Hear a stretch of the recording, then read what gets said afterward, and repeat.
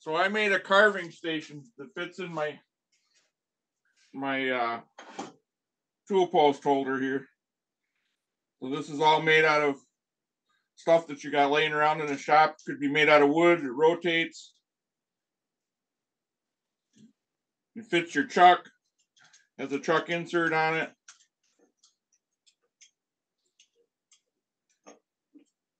So that you can screw a chuck on it. Pretty simple to make. You don't necessarily need a welder. This one I welded up, but you don't need a welder. I just thought I'd show that to everybody that wants to do power carving and wants to do it somewhere, either on their lathe or on their workbench. You could make a fitting for this. It just fits in my tool post. So tell me about is that yellow piece wood? No, it's actually that yellow piece is a piece of here. I'll take it out of here and come back around so I can sit and see the screen. Swing you back around. So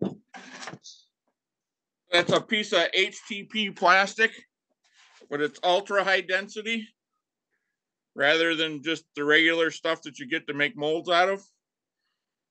You can buy it on eBay. Comes green, black, white, just about every color in the rainbow, and it can be threaded. What's the insert? So take my chuck off.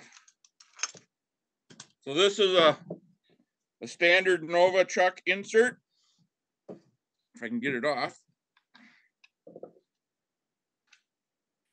This is a Nova chuck insert that is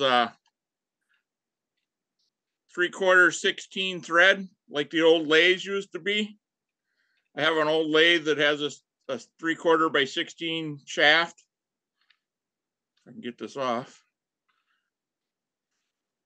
So it's on a 3/4 by 16 bolt. There's a bearing mounted in here with a snap ring to hold the bolt in. I rounded the head of the bolt off so it can spin in this slot. And then this just pivots back and forth. And it's got a lock each way. I made this one with a lock each way.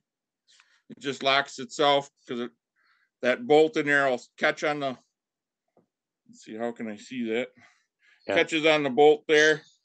And it does the same thing when you flip it over the other way. If you want it somewhere in the middle, all you gotta do is take a wrench to this nut and just put a little pressure on it, and now it's fixed. Cool. So this is prototype number 1. The next one's going to be on just a 1-inch bar, and my bolt will go through the 1-inch bar, so you don't have to make this welded up piece on the top. So if you don't have access to a welder, all you need is a piece of 1-inch bar, and I'll show that in a few weeks. That's what this piece is going to be.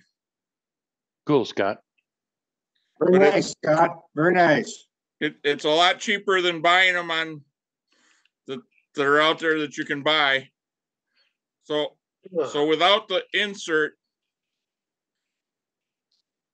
the bolt, this piece of PVC, this bolt, and this bolt, and this bolt, I only have $20 in this whole thing, and that's if you bought the piece of plastic on eBay. How do you keep the chuck from turning? So if you don't want the chuck to turn, and I haven't done it to this one yet, I'm going to drill a hole in here and put a T-handle like what's on your lathe, a 6 millimeter bolt through here with a T-handle on it, and that'll just lock the bolt. Sure. But if you go, now that I tightened it up, so if this one, if you lock it all the way over to this position, this bolt will catch on one. I got it so it'll catch on one side and won't spin. So you could do the same thing when you do this. When I do it through the bar, I'm going to have one side so it locks against the bar at that angle, which seems to be just about perfect for in your tool rest on your lathe. Good idea. I like that. And if you want to do this on your workbench, you can go to the plumbing section in your hardware store, buy a piece of black galvanized gas pipe, a flange, and this 1-inch bolt slides right in there. You can mount this to your workbench, and you can slide this right in your workbench. And then I'll just put a set screw in here to lock this at whatever height I want it to be. So just some ideas for you guys. That's pretty cool. That is good. Good idea, Scott. I'm cheap. Cheap and frugal. Frugal. Clever. You're clever.